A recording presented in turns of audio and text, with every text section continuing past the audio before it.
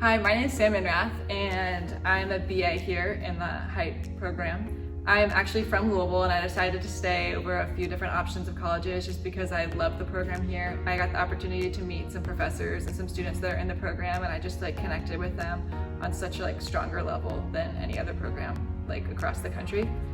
I received the Mary Spencer Ney scholarship my freshman year, which was a really big push for me to continue my art experience and stuff, because I was kind of hesitant on whether or not I should keep going with art.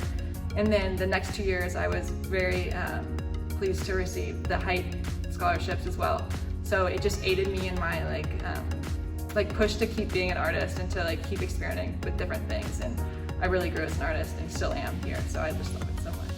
So before I came to the program here, I was strictly 2D and almost strictly color pencil in my medium choice.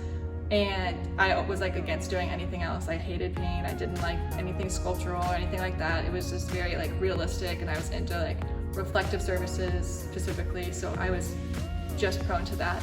But once I was here, being in the BA program, you're forced to take different types of art classes. So when I realized there were other forms, and I took actually an art concepts and methods class, it opened my eyes to different forms of expressing myself through different mediums and stuff like that, because that's my main purpose in my art, is to express myself and connect with people through that art. And opening it up to different horizons was such a great opportunity for me.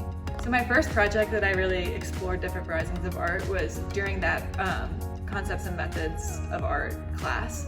So what I did was I took a white comforter, just plain white one, and I did a little bit of performance art with it actually, which was big outside of my comfort zone, but was encouraged to experiment. And I painted my body with paint and laid down on the white comforter to leave obviously a mark, but it was actually red paint, so it kind of left a stain. And from there, it was to represent sexual violence. It was for women's issues has been a pretty big underlying theme in a lot of my art ever since even just high school or before I came into this program. So I really wanted to push it forwards and keep expanding on it and processing myself, and then also to help other people process it as well. So when I finished the painting part of it, I turned it into that class and presented it, and people liked it, and I liked it, but I wasn't sure if I wanted it to be finished. So I kind of just let it sit and settle with myself. And over the summer, I was oh, I'm gonna try another one. I really like this class. So I went into a fibers class, which was again a big step for me, from my drawing and mainly 2D. And from there I was okay, comforter's a fiber, so maybe I can expand on it a little bit more. And what I ended up doing was taking an outfit, and I ripped out everything but the seams of the outfit and sewed it onto the comforter on top of that stain, to make it kind of seem like a real more of a person instead of an abstract blot. And then on the leftover fabric, I wrote "Who Am I Now?", which kind of represents the lasting effect that this sort of sexual violence could have on a person. And it doesn't explain, but it gives a little bit of a thought towards someone that maybe hasn't experienced it, to what it is like.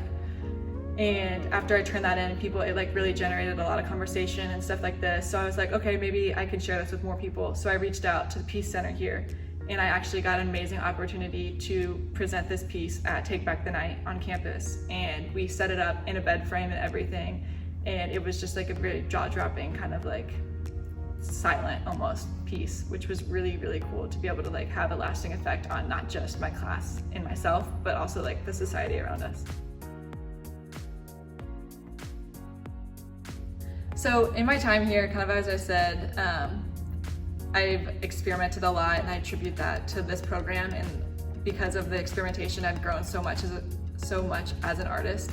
And again, I attribute that to the program, but also the professors here. Before I came in, my art teachers and people that came back to me that were in college were art's so scary in college, it's so different. But here it was just kind of eye-opening. It was not like that at all. I loved my professors. They were, I wouldn't say friends, because that's kind of odd, but they're almost like friends. You can come to them with anything, and they're open with all of your ideas. They help you through them. If you want to learn something new that's outside of the curriculum, they almost always will be absolutely, and they'll stay after hours with you and help you through your project to get it to be what you want to be.